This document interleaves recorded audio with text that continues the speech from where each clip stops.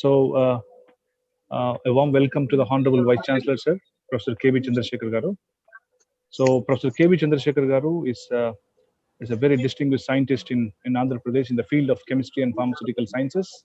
He has done his BSc, MSc, PhD, MPhil, and MPhil and PhD in chemistry department, and he has served in several distinctive positions like controller of examination, director evaluation, um, director OTRI, Oil Technology Research Institute, and currently he's the vice chancellor of Krishna University, and he's a renowned member of several scientific societies, and he's a member of several editorial board members.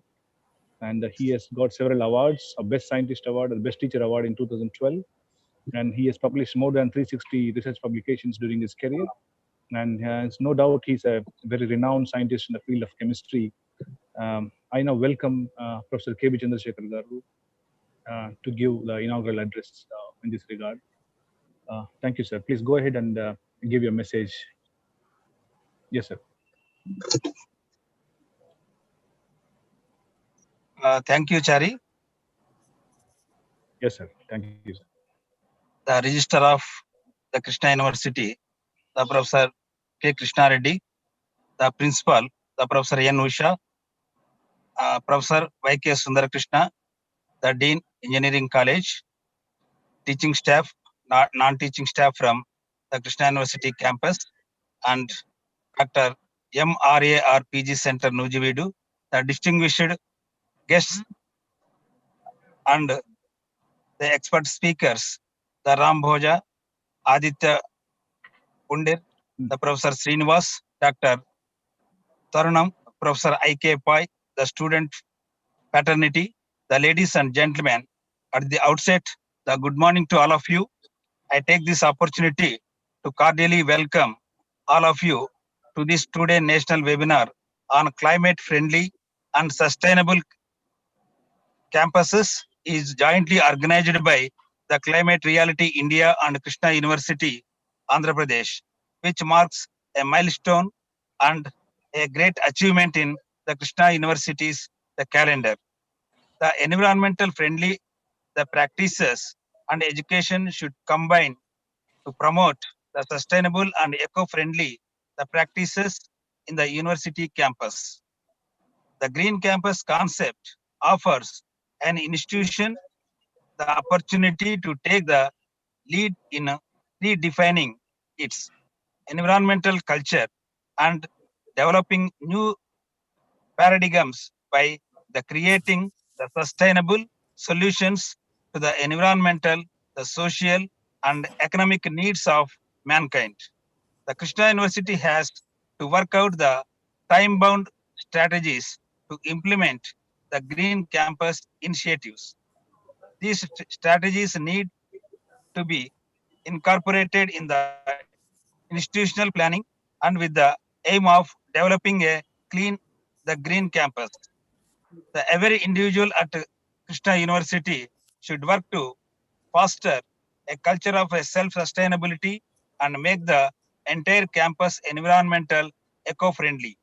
The Green Campus initiatives will enable the institutions to develop the campuses as a living laboratory for innovation. The staff and students should participate in these programs where they learn about the sustainability, the practices, and makes a valuable the contribution to the surrounding community. The opportunity to study an eco-friendly the university enrich any students experience by providing a change to fully immersed themselves in learning about the sustainability practices and actively contributing to the environment and community around them. The several educationalists are already the participating the Geo Green concept, not only from the point of view of protecting the environment, but also from the teaching the youth the importance of maintaining ecological balance and ensuring the sustainable development.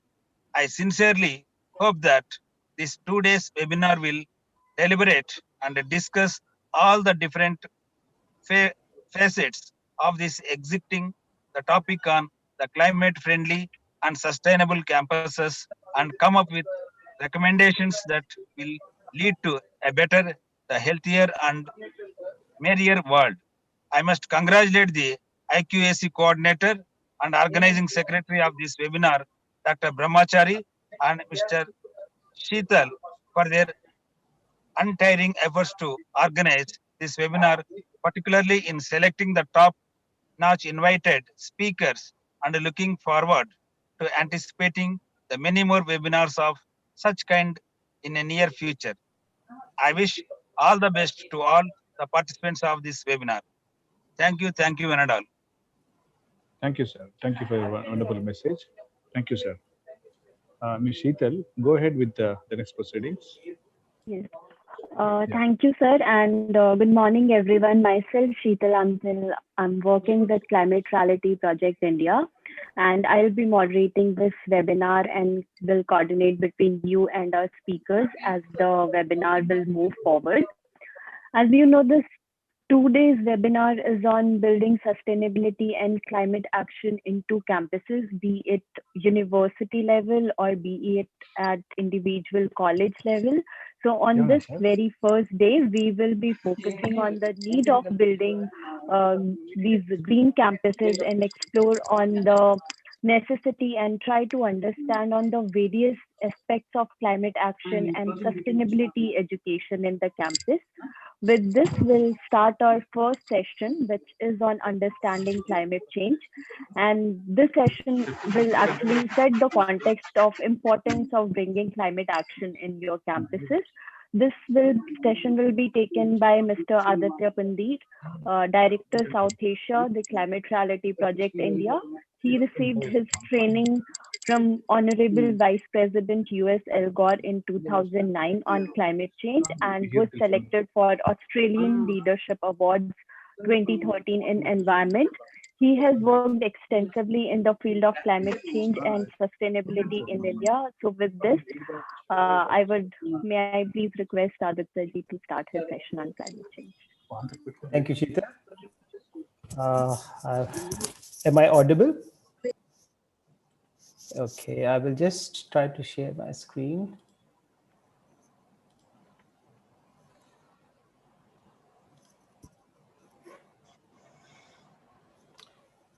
Is the screen visible, Sheetal? Yes. Okay, then. Thank you so much. And what's the time I have? You have around 40 minutes. Okay. 30 to 40 minutes, and then we'll have 10 minutes for question answers. Okay, okay, fine. With this, we can start on to our next session, which is on importance of education for sustainable development and climate action, where we'll dig little deeper on different aspects and concepts on sustainability education. And this session will be taken by Dr. Rambhuj. Dr. Rambhuj, he is an environment and sustainability professional with over 35 years of rich experience in the field of environment, sustainable development, climate change, world natural heritage, education for sustainable development, etc. He served the UNESCO South Asia Cluster Office in New Delhi during 2007 to 2018 as head of Natural Science Department. He also coordinated South and Central Asia MAB Network as its secretary, served as Assistant Director for Environment Department, Government of Uttar Pradesh, and has, to his credit, over 75 research papers in various journals, over 19 books and technical reports, and 30 popular articles. With this, I'll welcome Dr. Rambhuj to take the next session. Over to you, sir. Yeah, thank you, Sheetal. In fact, thank you, both of you, Aditya, as well as you and all the faculty members of the Krishna University and the Honorable Vice Chancellor. This is, I think, really need of the hour, reaching out to the university campuses, and that too during this COVID period. Aditya my good friend, and I heard him speaking the alarming nature of climate change. I think you all must appreciate because this is the reality. Today, what I will speak about the importance of education, both sustainability and climate change point of view. So I think I will straightway go to the presentation.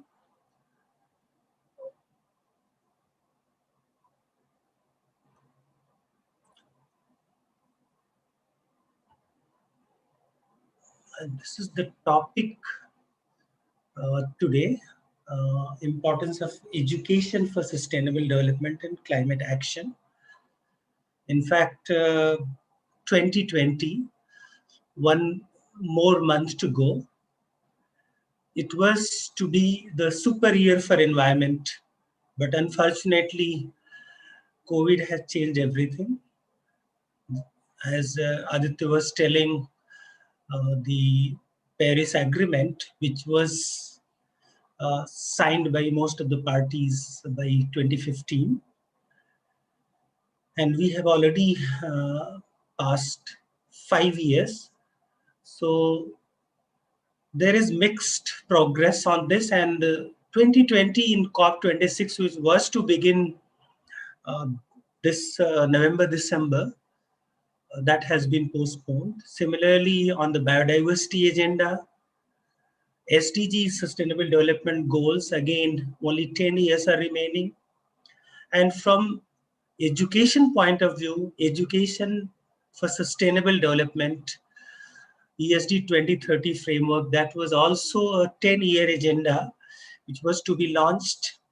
Oceans, Mr. Aditya Pundir just said how important oceans are in the climate scenario. And there was to be World Oceans Conference during this year. Of course, 21 to 2030 is the International Decade of Ocean Science for Sustainable Development and Conservation Congress.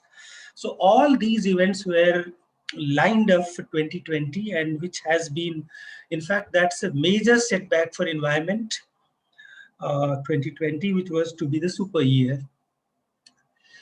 From climate change point of view, exactly a year back almost, we had COP25. And I would just like to read out the message that UN Secretary General gave on that occasion. Our war against nature must stop. In fact, if we consider COVID, it is because of our endless war against nature. And we must finally demonstrate that we are serious in our commitment to stop the war against nature, that we have the political will to reach carbon neutrality by 2050. To put a price on carbon is vital if we are to have any chance of limiting global temperature rise and avoiding runaway climate change. This was the message at the beginning of last year's COP. But at the end of the conference, it was basically a disappointing scenario.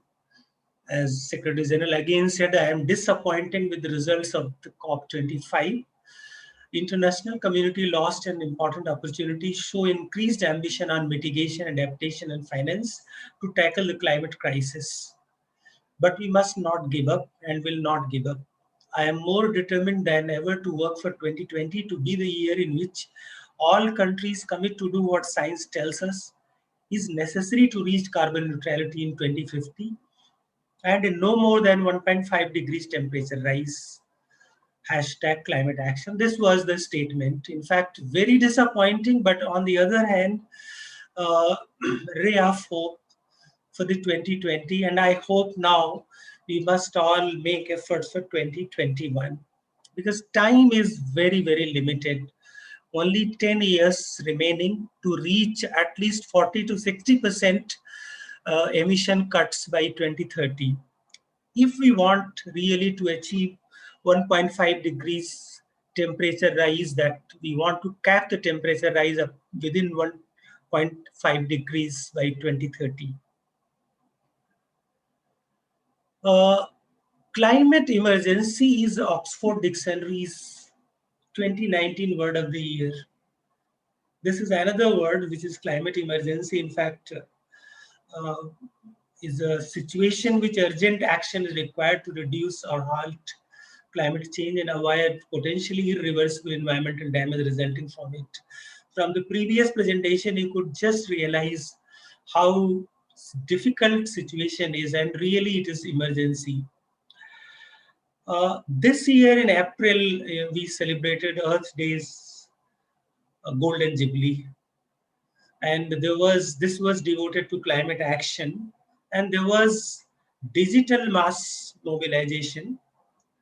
And this also reminds us, rather takes us to the 50 years back in 1970. And that also, I'm just trying to mention it here because this is how the education played a role in bringing out the transformation on the environment front back in 1970. When the Earth Day started with a national teaching about environmentalism by Gaylord Nelson, a Wisconsin senator, who mobilized some 20 million people from thousands of schools, colleges, universities, and communities. This was unprecedented action, and US, that was followed by other countries also, several acts: Clean Air Act, Clean Water Act, Endangered Species Act, and creation of Environment Protection Agency. These were all transformative changes that occurred on the front of environment. I think we need now similar pledge by the countries on the climate front. Bring legislation. Very few countries have come out with the legislations declaring climate emergency, and their resolve to become carbon neutral by 2050, net zero carbon by that year. It's time for nature. As I said, 2020 was to be a super year for environment and also a crunch year for the biodiversity and climate emergencies. 22nd May, we celebrated International Day for Biological Diversity, and again, because this was celebrated in the shadow of COVID-19, and the theme was our solutions are in nature. So again, back to nature, and that COVID-19, a reminder that human health is linked to the planet's health. Coronaviruses are zoonotic. Some 60% of known, 75% of emerging infectious disease, and around 1 billion illnesses. Millions of deaths occur every year from zoonosis. 2020 is a year of reflection, opportunity, and solutions to build back better by increasing the resilience as we recover from COVID pandemic. In fact, crux is that we have to find solutions to all these problems in nature. Again, World Environment Day, it was again celebrating biodiversity was the theme, and nature-based solutions which offer the best way to achieve human well-being, address climate change, and protect the planet. Nature is in crisis as we are all losing species at a rate 1,000 times greater than at any other time in recorded human history. That was World Environment Day. This is what climate change is currently the third most important driver. As you can see, the drivers for nature loss or biodiversity loss, the number one driver is the land use or CU change. Number two is direct exploitation. These are linked to the human activity, human population, you can say. Third is the climate change. But by 2050, climate change will outpace all other threats. You can all see different drivers and how nature is declining. This is basically a kind of brief historical in one slide. I think Stockholm, we all know that this was the water event. And from environment education or sustainability education point This was the one conference which emphasized on the role of education in unequivocal terms. Mrs. Indira Gandhi, she was the only head of the state who attended the conference, delivered the keynote address, and emphasized on the role of poverty and development and education for protecting the environment. Came our common future. This is World Commission of Environment and Development report, and this defined sustainable development. Then came Rio. Again, this is the first Earth Summit, when sustainable development was the main agenda of this, and which was further emphasized on Rio uh, plus 20, and this sustainable development goal and Paris agreement. I will, in the further slides, I would just say about these in detail as well. Here is what is sustainability. And as I said, our common future, the report which was headed by United Nations World Commission on Environment Development, headed by Gro Harlem Brundtland. It is also called as Brundtland Commission. It defines sustainable development as the development that meets the needs of the present without compromising the ability of future generations to meet their own needs. But more appropriate definition is given by US EPA. Sustainability is based on a simple principle. Everything that we need for our survival and well-being depends either directly or indirectly on our natural environment. Again, emphasis on nature. To pursue sustainability is to create and maintain the conditions under which humans and nature can exist in productive harmony to support present and future generations. And this is what exactly Mahatma Gandhi also said, that the earth has enough to fulfill everybody's needs, but not the greed. The Sustainable Development Goals, I think this is another 2015, this agenda for sustainable development, where 17 goals and 169 targets, they cover every aspect of our human endeavor, you can say. And 5 main pillars, you can say: people, planet, partnership, peace, prosperity. This covers all the 3 dimensions of environment and sustainable development: the ecology, economy, and society. And sustainable development tries to integrate all these into these 5 principles. And SDGs 1 to 5, which is basically unfinished agenda of Millennium Development Goals. Those goals were adopted in 2000 at the beginning of this millennium. And there were 8 goals. Only goal 8 was environmental sustainability. All other 7 goals are either social, mostly social and economic. But SDGs are much more ambitious, covering everything. 6 to 11 are new areas on water, energy, economic growth, industry, inequality, urbanization. Then 12 to 15 goals are green agenda on climate action, sustainable production and consumption, life below water, life on land. And 16 is governance goal, and 17 is means of implementation and partnership. So these, in nutshell, are the sustainable development goals. Environment education, in fact, since I have to speak on educational aspect of sustainability as well as environment, so I would like to start from the educating about environment. In fact, when we think about environment which surrounds us, everything, even sustainability, you can find everything is inclusive. So how we could educate about everything under disciplinary boundaries? So again, the concept and practice of looking at environment and education together can be traced to outdoor education, which focused on providing an experiential education. Again, going back to nature, to the environment and experience it. It connects us to the world around us, teaching us about both natural and built environment.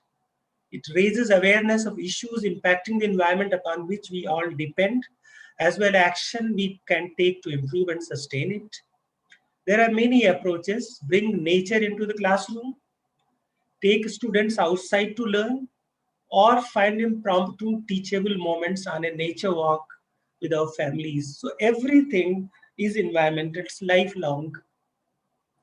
Similarly, education for sustainable development, because it's much more broader. When we think about sustainability or sustainable development, having the three pillars, ecology, economy, and society, then naturally environment, of course, is the central, but it it's more towards action. ESD, that is why, empowers learners to take informed decisions and responsible actions for environmental inequity, economic viability, and a just society for present and future generations. While respecting cultural diversity, it is about lifelong learning and is an integral part of quality education. And this is how we call it, holistic and transformational education, which addresses learning content and outcomes, pedagogy, and the learning environment. It achieves its purpose by transforming society. Actually, sustainability education is about action. If we call climate action or action about any environmental action, bringing education for sustainable development is from knowledge to awareness, and that can lead to the empowerment and action. And the SDGs, Sustainable Development Goals, Goal 4 is on education, and this is considered to be the central to the achievement of all other goals. That is why this is said that by 2030, ensure that our learners acquire the knowledge and the skills needed to promote sustainable development, including, among others, through education for sustainable development, sustainable lifestyles, human rights, gender equality, promotion of a culture of peace and non-violence, global citizenship, and appreciation of cultural diversity of culture, and means to achieve sustainable development. So that means any good education, quality education, is sustainability education. Whatever good we learn and whatever we achieve in the life is the sustainability education. We had a decade, 2005 to 2014, and where basically the principles, the pedagogy, content, and essential learnings, all these were practiced. Then, after the end of the decade, there was a gap, Global Action Program for ESD, 2015 to 19. And this year, as I said, we were to launch ESD for 2030. And there are three premises on this 2030 sustainability education is based. Number one is awareness is not enough. Everybody knows about climate change, about environment, about the issues. So that is not enough. More attention to learners' transformation processes. How we transform ourselves, become a responsible citizen, act responsibly on the climate front, on consumption, on production, on our behavior. Then second pillar is more attention to deep structural causes of unsustainable development. What are those causes which are making development unsustainable? All those uh, that covers everything, right from the pollution to consumption to our behavior, ethical, social, economic, everything covers under this, and that needs to be paid more attention. Then third one is the technological future. Technology is going to play, in fact, industry 4, as we all know now, education is more technology oriented. We are more into the distance learning mode. But that should also not forget about the critical thinking, the kind of the empowerment that we think, analyze everything from different perspectives, our own perspective and global perspective as well. So these three pillars are the most important for the ESD for 2030. Last year, we organized an international conference on sustainability education with the help of the Climate Reality Project, UNESCO, CE, and many other partners. And there also, of course, there were some 15 sessions and several plenaries, but three important sessions were on related to climate action, education for climate emergency by UNFCCC and Foundation for Environment Education. And there were two others by Climate Reality Project, Climate Change Education through Green Schools. Adit explained about it in greater detail. And the third one was Youth for Climate Action by Climate Reality Project again. So these three were focused on climate action, and we, of course, report on these is on Mobius website. I hope Climate Reality website also might be having this report. And complete proceedings are being brought by the Cambridge Scholars Publishing very soon. This was again watershed event in terms of sustainability education. And these are some of the glimpses. We have also come out with a green curriculum, which was developed by Center for Environment Education for a World Environment School, which is being set up by Mobius Foundation. And of course, this is all about the ICSC. A global framework, as I said earlier, this is ESD 2030. It will be launched next year. Again, it was to be launched from 2 to 4 June in Berlin this year, but it will be launched on same dates in Berlin in 2021. This will be another very, very important event for the educators particularly, because this will bring a tough transformation in education systems. These are some of the premises. Of course, this slide is not very clear, but basically it sets up the framework how we are going to have ESD 2030 and advancing policies, learning environment, teachers and educators, youth and communities, trying to cover each and everything. There is a vision, there is priority action areas, all these 5. Then there are strategic objectives that this is going to become the means of imparting quality education and achievement education, which can contribute to the achievement of all 17 sustainable development goals. And these are the 5 target groups. There are some approaches that to mainstream sustainable development consideration into all educational aspects in curriculum, learning processes, facilities and practices, interaction with the community, school authority, and capacity building. That means whole institution approach. Vision is active engagement of all students in understanding and recognizing environmental issues in a larger context and also in the context of their immediate environment. Learning by doing approach in the class and curriculum transactions through action projects.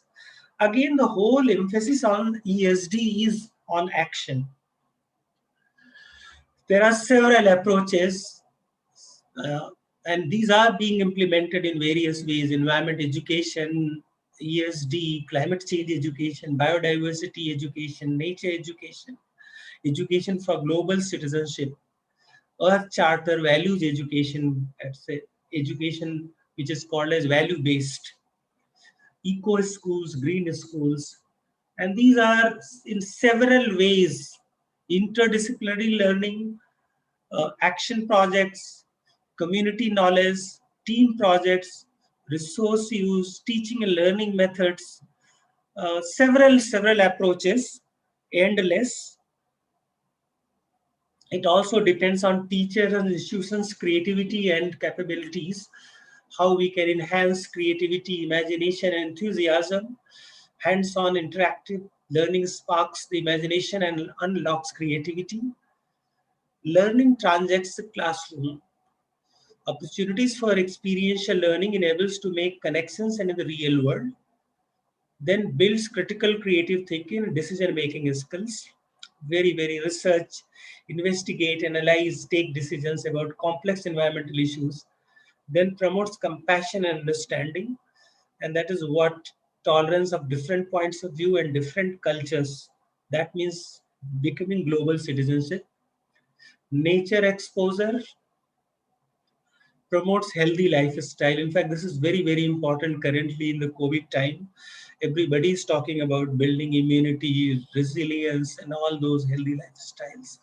Empower students and teachers, make a difference at the school and in their community, and builds communication, collaboration, and creativity skills. These are some of the ways on which sustainability education can be imparted. And again, how we do it, outdoors, several ways: greening curriculum, eco clubs, nature clubs, role plays, simulations, panel discussion, essay, waste wise, reduce, reuse, recycle, conserve water, clean air, indoor chemicals, energy outlook, audit, conservation, transport, and look at lifestyle, sustainable choices, consumption and production patterns, lot of everything. I think ESD must be linked with the sustainable development goals. That will provide almost a very comprehensive menu for actions. And United Nations is onto it, United Nations Alliance on Climate Change and education, training, and public awareness. This is an alliance of 13 UN agencies. Of course, when I was with UNESCO, we were very actively participating in this, promoting the climate action through education in different parts of the world. There are several case studies, stories, and action projects online available. This is a very vibrant community. Uh, Climate change, education, and action, green jobs. You can just see the figures. Energy powered economy can add 50,000 jobs each year while saving the US economy. This is in terms of the US 78 billion through 2050. In other words, a Green New Deal could turn the climate crisis into an opportunity, one that both addresses the climate. In fact, during the presidential election, youth groups, they spearheaded a campaign of Green New Deal in US. And in fact, the success of the new presidential, the Joe Biden, owes a lot to the youth. And those activists, young activists, stop dirty energy, stop digging up and burning more oil, gas, and coal. In fact, by 2030, most of the countries, they have to stop digging and burning more oil, gas, and coal. By 2050, this all has to stop completely. Australia's bushfires, out of a billion animals. California's, these fires in US, in Australia, in Siberia of Russia. These are playing havoc every year, and record-setting storms are tearing through our communities like never before. These all are linked. And sustainability education is also about linkages of all these phenomena with climate and environment. This is again the linkage, how many trees, beech trees particularly, you will need by, if you are traveling by train, by tram, by the plane, what would be your carbon footprint. Very interesting. These are some of the studies that bring forth the importance of sustainability education in campuses. Finally, in fact, the voice of youth is so important. Fridays for Future, you all know, they have spearheaded worldwide campaign. These led by the Greta Thunberg, and of course India, this Lissy Priya. She is also She recently campaigned in front of Parliament that Indian Parliament must enact a legislation on climate change, that India's pledge to become carbon neutral by 2050. So, as per the Paris Agreement, every country is required not only to submit their nationally determined contributions, but also to make important legislations to pledge for the carbon neutrality. So this is a huge movement going on around the world, and we need more such voices. This is Greta, as I said. Then this Imi Lucas, sustainably vegan, and she has a plant-based, low-impact feminine, and reading a book a year.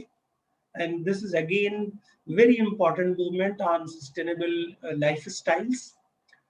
Blue Olis is again sustainable lifestyle and behavioral changes. He's again everybody, all these young people, they are becoming vegan as well as spearheading a campaign to become less. Individually, we can all become carbon neutral. At least our carbon footprint must be, we must try to become the carbon neutral or carbon zero in this time frame. So this is all I wanted to share with you all. So thank you very much.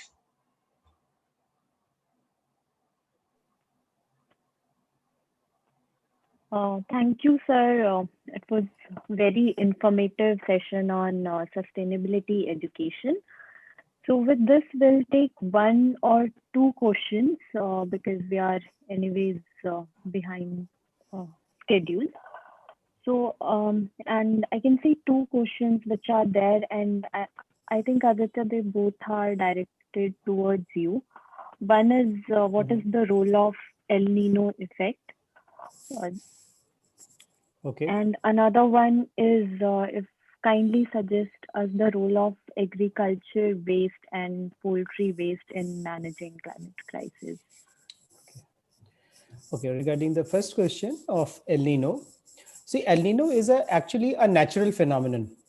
It's because of what happens in the Pacifics, the oceans get hot, the water heats up, and therefore this basically the current starts, and therefore some areas get hotter, and the flow of as you know, goes from colder to hotter. So therefore this El Nino effect here, happening 4 to 5 years you have this El Nino effect happening. What happens is, because of the El Nino effect, the temperatures go up, and it can lead to a lot of climate natural, you can say, natural climate disturbances, whereby like places where you have a lot of monsoon happening, you will have droughts happening, and wherever you have droughts, you will have massive downpours coming. So these are some of the impacts of El Nino which happen. And because of the climate change, what is happening is, that's why they say that 2016 is probably the most the hottest year ever, more than 2019 was, because in 2016 you had the El Nino effect happening. So El Nino effect is actually a natural effect, and it aggravates the climate problem because of it leads to more temperature. That's one part. Coming to the agriculture waste, well, I think the north of India is literally every year from October to November, the whole of North India suffers from this massive burning of agricultural waste which happens in our farms.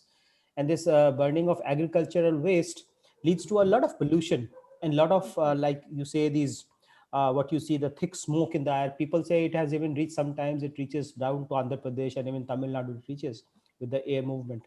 So this is something which can be avoided. And actually, if you see all the latest research which is coming out about climate change, and if you look at the regenerative soil, which is being taught by now world, all the top scientists are saying that we have to store carbon in the soil. So now, how do you store carbon in the soil? You have to store the carbon in the soil is by through, if you can, whatever the agriculture waste is there, it can be composted.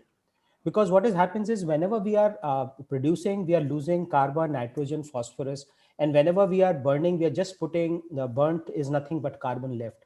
So therefore, it is important that the agricultural waste, like there are so many studies, I would highly recommend you to, in case if you are from agriculture university, look at some of the scientific papers and videos done by Professor Mhm. Ratan Lal. Mhm. Professor Ratan Lal has done some phenomenal work. He's been one of the most awarded scientists now for the soil, and he's given some a lot of good examples that how he has shown it also, like places where you are having agriculture waste which was composted, and which was of course some nitrogen, phosphorus were added, and they were put back into the earth where it was growing. The produce was much better than one you are having only addition of NPK from outside.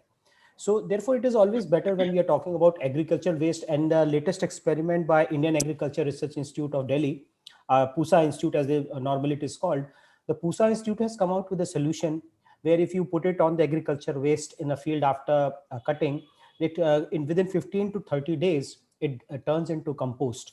And that is exactly what we are talking about. That there's a need, urgent need, that the agriculture waste should not be burnt. It should be, if possible, composted.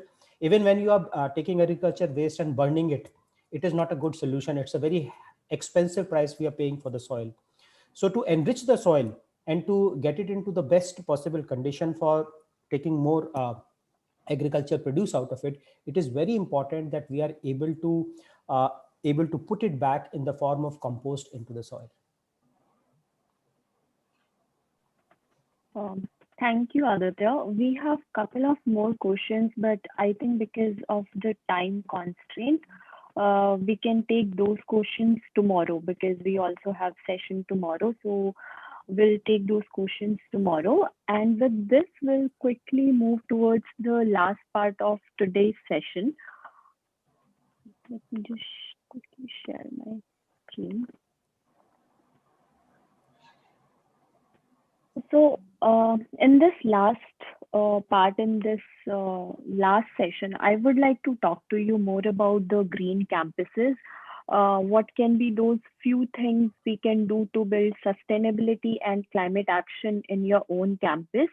I have been working with schools and colleges to take climate reality, India's climate education and green campus program. And by end of the session, I would like to invite you and your colleges to join the program and be part of the solution. So let's talk more about the program, its different components, and how you can sign up for it and become part of it.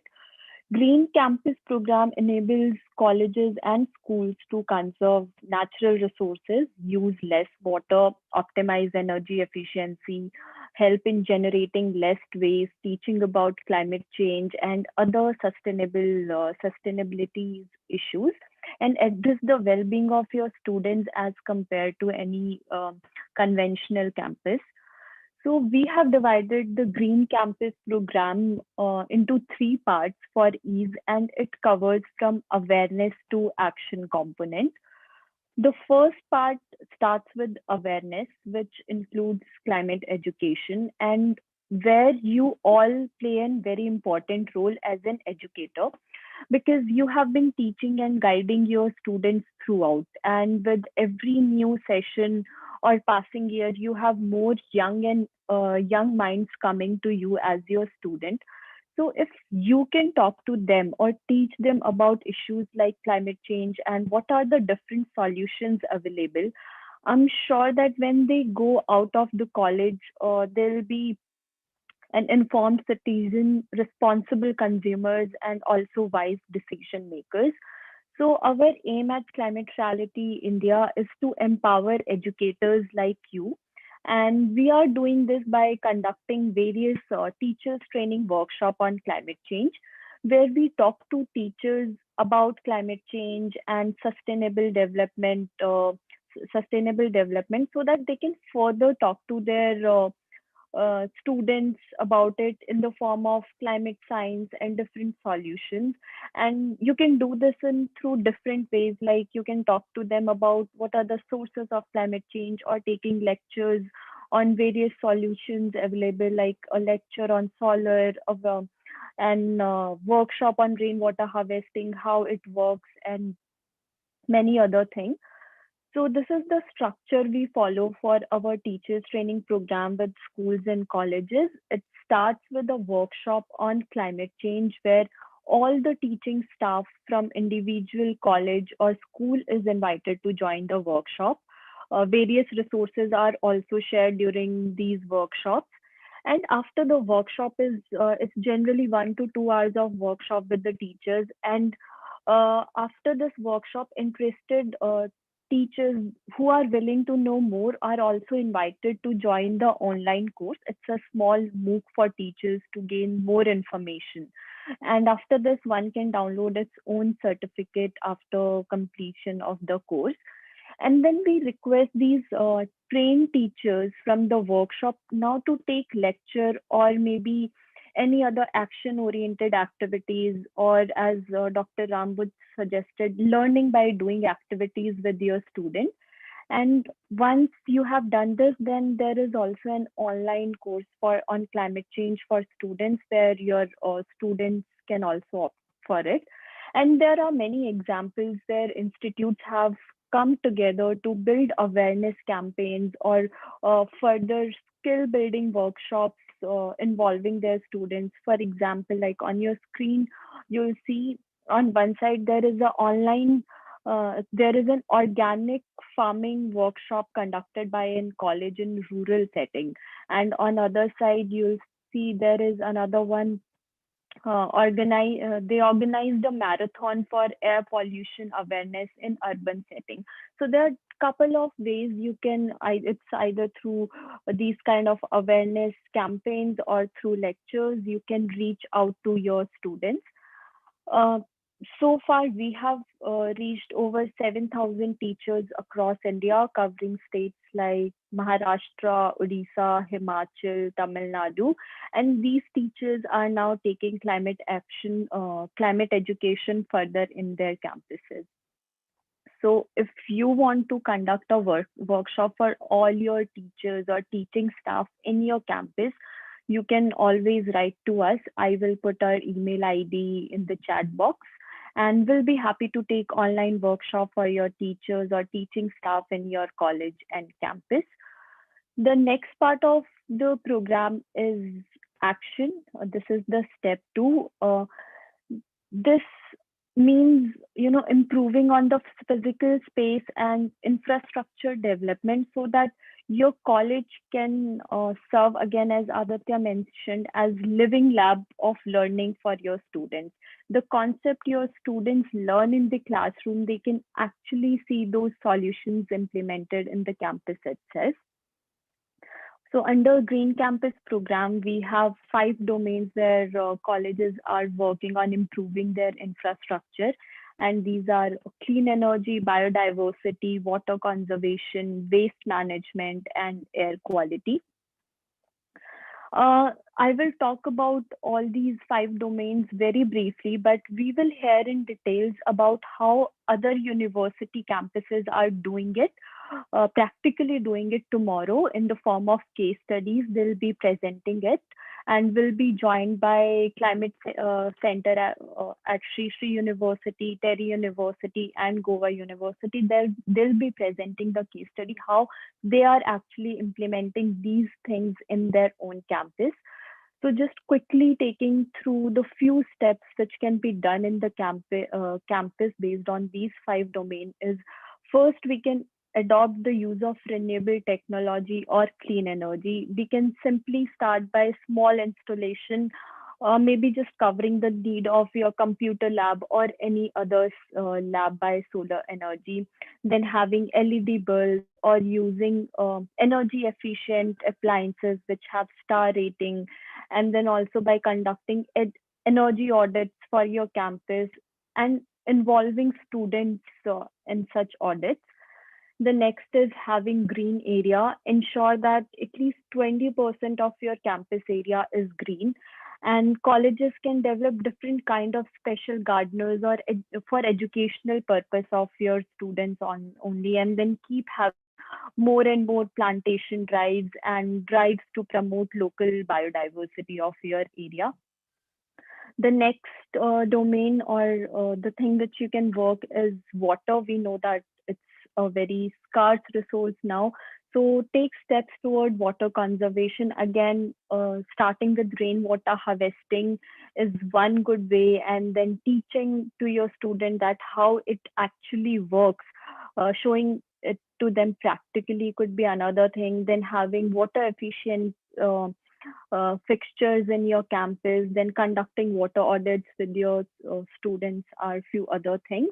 And Climate Reality India, we are developing the audit books on biodiversity, water, how to do the waste audits also. So please get in touch if you'll be conducting these audits in future and you want to use these audit booklets. Other thing we can do is managing waste in our campuses by simply practicing waste segregation. Make sure that COVID situation, our campuses in when they'll open might be producing more biomedical waste with used mask and things like that. So having a proper segregation mechanism at source will make a lot of difference. And then we can have wet waste composting, converting wet waste into manure, declaring your campus as no single plastic zone, giving your e-waste to authorized vendors. So there are a couple of other practices also which can be done to manage the waste wisely on the campuses.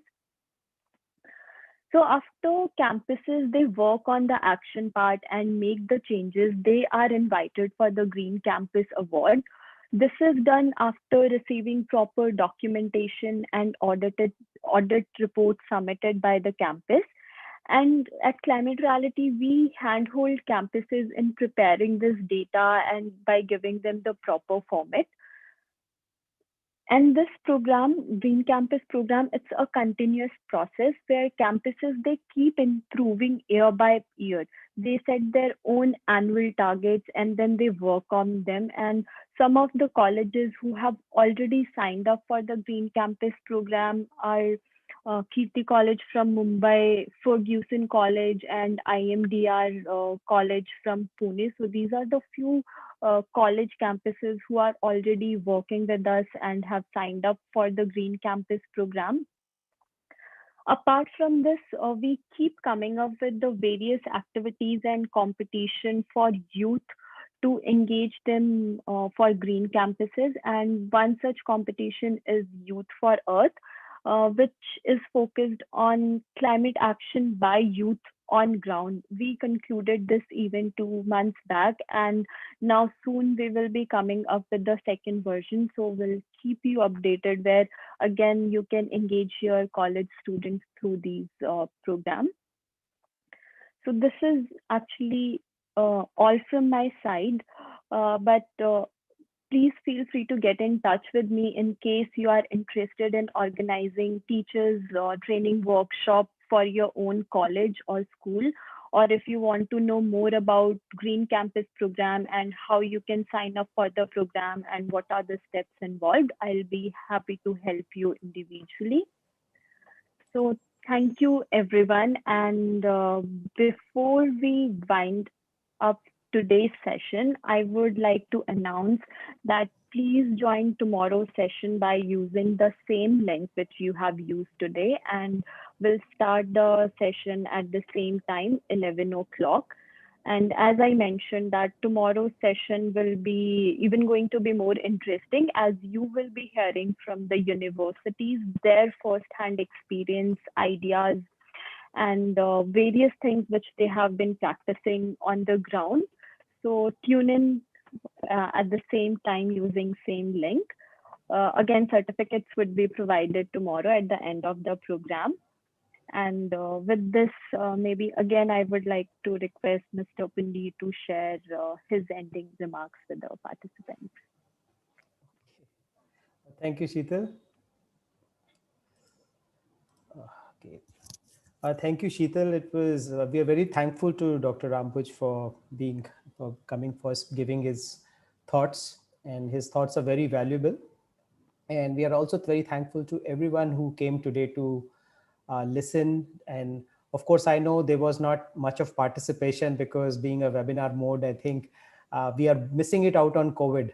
This is the biggest problem we face in COVID is that through these online programs is that We talk, we give lectures, but we are not able to interact much with the people and able to, because that I'm quite hopeful with so much of good news now coming in the last 2-3 days, that we will have vaccinations coming for this. Probably they'll start in January, February, it'll start.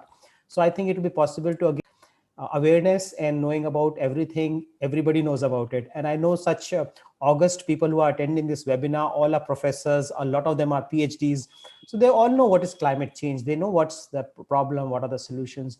But now we have to break the inertia and move towards the solutions part, the doing part. We have to move towards the doing part. Even climate reality, like our organization, we are probably one of those organizations which started talking to the world about climate change into when Mr. Gore started. So, but the time has come now to move to the next step where we have to start doing something about climate change. We have to start working on climate change. And I think the responsibility lies today on the professors, on the educators who are in the universities and colleges to take the action, because the children, the students, they're looking at leadership. They're looking at what they are being taught, how they are being led. So I think it's a great responsibility for right from the top man, vice chancellor, to the person in the staff at the bottom, that we try to do something about the coming times. We try to work on sustainability education. We try to push back climate change. We try to bring more sustainable practices, and we try to make it a way of our life. And I think if this transformation comes and these things come in future, then probably we will have a better planet to live. Because I'm quite sure everybody who's today in this webinar, you can just look back 30-40 years and you'll all see that the life was much better. The air was much cleaner. The water was much better. You could drink water from any river. But today, you can't do any of these things. So many trees were there, so many insects were there, so many animals were there. So I think we are losing out very heavily. So we are very thankful today for so many people today to join in.